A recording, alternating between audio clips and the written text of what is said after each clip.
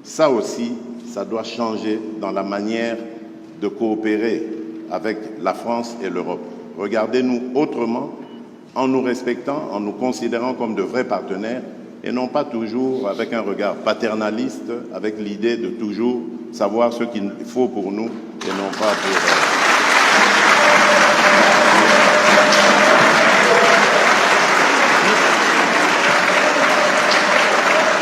Voilà, merci. D'abord, je pense que c'est très bien parce qu'on lève beaucoup de malentendus à travers ce jeu de ping-pong.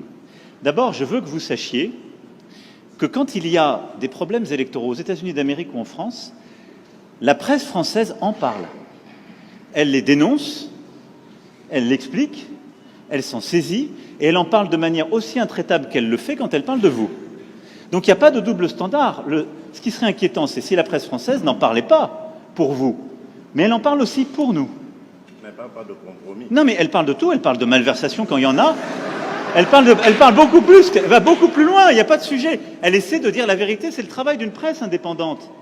Et donc, il ne faut pas être choqué que la presse, quand elle a écho, quand elle entend des oppositions qui disent qu'il y a des problèmes, vous pose la question. Quand un ou une journaliste française pose une question, ça n'est pas le gouvernement de la France.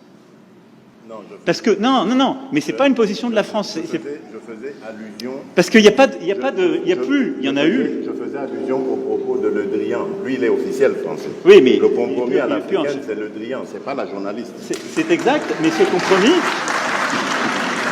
Mais cette formule, président, on sait d'où elle est sortie et on sait le contexte électoral. Non, mais on sait le contexte électoral. Et il n'y avait pas de caractère de mépris dans la formule de Jean-Yves Le Drian. À Nairobi, d'ailleurs, grâce à toi, on a pu s'expliquer avec lui.